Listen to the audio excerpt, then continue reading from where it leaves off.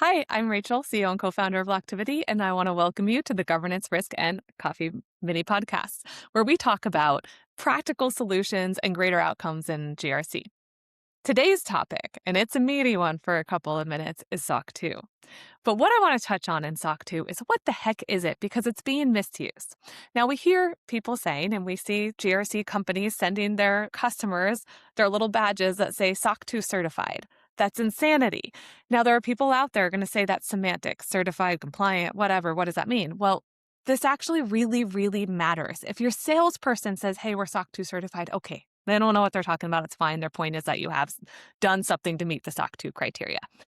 But when the person who is selling you your SOC 2 program calls it certified, I want to explain what they don't understand. I've heard of companies that are 10 people who have been sold getting an ISO certification and a SOC 2 certification and having 250 controls to get those done.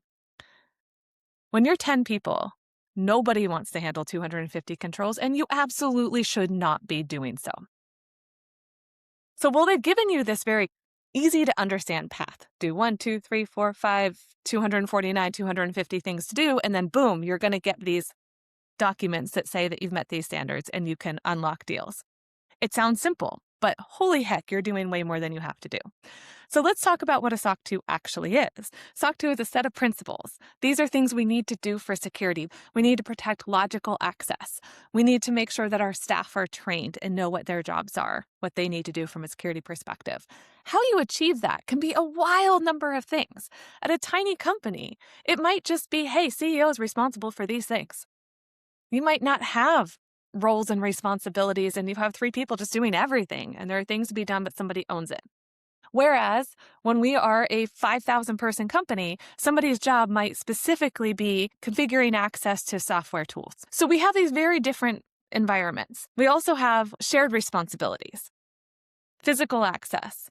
Does it actually matter? And do you even have an office to control access? Or is it really about your data center? And that's where destruction can happen. So these are the things that we have to think about. From a business perspective, if nobody's in the office, let's assume they're all fine and it blows up and it's gone tomorrow, can you carry on? A lot of us actually can. That's very interesting. So when you're told to get to SOC 2, here's a set of controls, you are being sold something that is not true. What you need is somebody to come in and say, what are you already doing? What does your business look like? What are you doing? And where do we have gaps? Capitalize on what you're already doing and then fill the gaps. And it will vary based on the size of your company. In no world should any company of 10 people be operating 250 controls for ISO and SOC 2. You might if you were a company of 10 people who has to meet FedRAMP High. But that's not what you're doing when you're doing SOC 2 and ISO. And there is also so much crossover between a SOC 2 and ISO and the controls you're operating. There is literally no reason you should be doing 2 audits. So if someone's selling you that, ask for help. We have a GRC meetup group. People will be happy to talk.